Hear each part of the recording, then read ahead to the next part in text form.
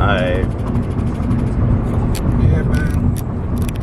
So how the game go when it comes down to this investing shit, specifically in stocks? You know, the first thing you want to do is never put in more. Let's say you spend about, I don't know, $500 a month on food, whatever. Take 20% of that. What's that? $100. $100 a month, put it in investing. You know, something, if it goes down, you won't really trip too much. But if it go up, you know, you'll be glad you put money into it. So that's the first thing, you know. Never put more than you can afford to lose. Second thing, you want to start investing in companies where you shop at. You know, you spend money on Nikes, buy Nike stock. You buy Apple devices, buy Apple stock. You frequent Starbucks, get Starbucks stock. Whatever you spend your money on the most, invest in those companies, because in the long run, you're going to be paying back yourself. And you're supporting that brand and that company. So you're supporting your own stock portfolio, you know? So, on top of that, the next thing you want to do is look at the biggest companies in the world. You know, the most profitable companies, the companies that's most innovative, like the Microsoft, Apple, Google, Facebook, now Meta, you know what I'm saying? Tesla. All of these companies that's on the forefront of technology, that's what you want to put your money in. Nvidia, you know what I mean? This AI craze is popping, and Nvidia, they provide the microchips for that. You see what I'm saying? So those are some of the companies that you want to look at outside of the companies you spend money with the most. You see what I'm saying? So when you do that, you create a diverse portfolio in everything that you invested in. You know what they're capable of. You know what these companies do. You know what Apple do. You know what Microsoft do. You know, you spend your money at Wendy's a lot. Get Wendy's stock. You know what they do. You know, or the company that owns Wendy's. So those are some of the things that you want to start doing, and never overwhelm yourself with like 50 or 60 different stocks. You see what I'm saying? You know, start off small. Start off with the ones that you can manage to handle. If it's only 5, get 5 different companies. See what it do. So another aspect of investing is you gotta have patience. This is not lottery. This is not gambling. It can become gambling, but this is a long-term play. You know, have an entry point that you want to get in, and have an exit point when you buy these stocks. You want to buy low and sell high. You buy in the red, sell in the green. But you got to understand the cycles of the market. So the markets have cycles of, you know, influxes of ups and downs. You know what I'm saying? So you got to know what time period we are in the cycle. So right now, you know, certain stocks is rebounding from last year, because last year, pretty much, we were in a recession. In the beginning of last year, it was 2 quarters, 2 negative quarters. When we have 2 negative quarters, that's officially defined a recession. They didn't want to say it, but we were in one. But we bounced back. So if you put money in the stocks last year in those companies I just mentioned, like Nvidia, Apple, Facebook, Microsoft, you would have made some bread. You would have made like 40-50% return on your bread. It's a nice amount of paper. You see what I'm saying? So you gotta have a long-term vision. So that's like one of the main things. You know what I'm saying? And your entry points are important. So if you know that we're in a recession, that's the best time to buy the stocks. When everybody's afraid to put money in the stock market, those are the times that you start researching the companies that you like, or you buy more of the stocks you already have.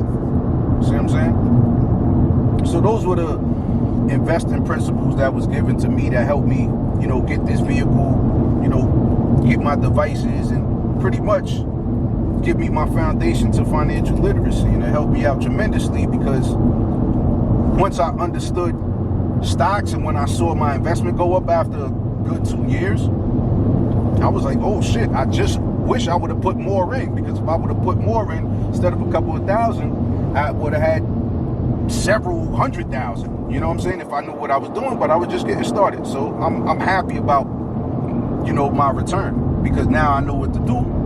And I just pivoted into Web3, which is crypto. So, like I said, I'm a Web3 journalist for the crypto crew, you know, on Instagram and Twitter. So I've networked with a lot of people, some movers and shakers in the space that appreciate the content that I bring in, because I put out information that doesn't reach the mainstream media. So I put out crypto news about blockchain, NFTs, AI, you know, a lot of stuff that's happening, that's coming down the pipeline with technology. And blockchain technology is an important aspect of it, you know. So is there any questions you want to ask me specifically about crypto, or? Alright, so one of the questions I want to ask is,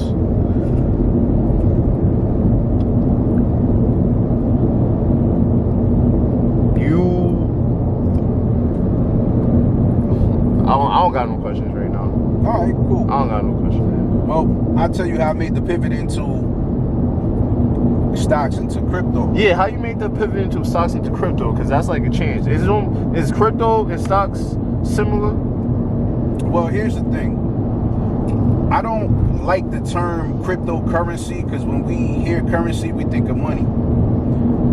Basically, cryptocurrency is classified into Web3, okay?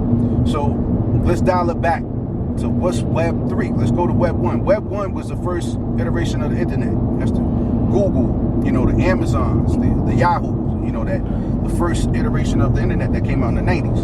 See what I'm saying? That's Web 1, the search engines, you know, the e-commerce. Then, fast forward 10 years later, 10, 12 later, yeah, we got the iPhone that Steve Jobs introduced. Now, this iPhone gave us mobile apps. These mobile apps created Web 2 that ushered in social media, Twitters, the Instagrams, the Facebooks. And most of us were consumers of this technology, but we wasn't investing in it. You see what I'm saying? So Web 2 was social media. Now we got Web 3, which is digital ownership of digital assets, of your digital content, whether it's videos, whether it's music, whether it's art, whether it's contracts, titles. All of this stuff can be tokenized. Real world assets can be tokenized and put on the blockchain digitally, so people can feel comfortable about making transactions with other people, and specifically without third parties, because Bitcoin is the very first cryptocurrency that was created about 14 years ago. It was created, you know, after the housing market crisis in 2008. So the principles of Bitcoin is, number one, is decentralized. Nobody owns it. Nobody controls it. Nobody can manipulate it. So it's immutable. Nobody can change the transactions on the blockchain. It's secure, so nobody can hack into it. So you can send transactions, you know, comfortably, knowing that your money will get there without anybody hacking it. You see? Another thing is, because it's decentralized, no company or country or no one sole person can control it. So that means it's peer-to-peer transactions. All right, there's no third parties involved in these transactions. There's no bank in between me and you sending money to each other. And for people who send money outside the country, like remittance fees, the remittance fees are very low. Yeah, I'm on the way still. I'm on the way. Yeah. No, we almost there. All right. Let's continue. Yeah. So I wish you would have spoke over me. Nah, it's all good. But the remittance fees is something that people, you know, they have to take in consideration when they send the money to their family and friends outside of the country. But when you have something like Bitcoin, you're not going to be paying as much in transactions fees. You know, it's going to reduce that by a wide margin. And on top of that, the settlement is way faster. So you can send money, literally thousands of dollars, you know, within minutes throughout the globe to anybody without a third party. So these are some of the aspects of Bitcoin. And it's all digital software. So when you think of cryptocurrency, think of it, all of this shit, as just software built on top of the internet. So the same way they have Apple stock and you buying shares in that company, well, if you buy Bitcoin, you're owning a digital asset, and it has its own breakdown. It's something called Satoshis, right? So there's 100 million Satoshis that make up one Bitcoin. So that's like the equivalent of their dollar.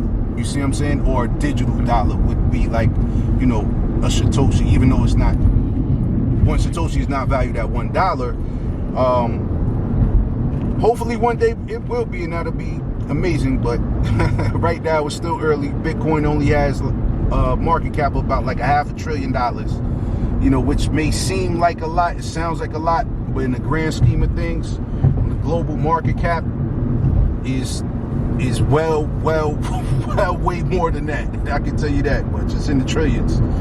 So make a long story short, this is a new technology that allows content creators to monetize their content by putting it on the blockchain in something called NFTs, digital assets.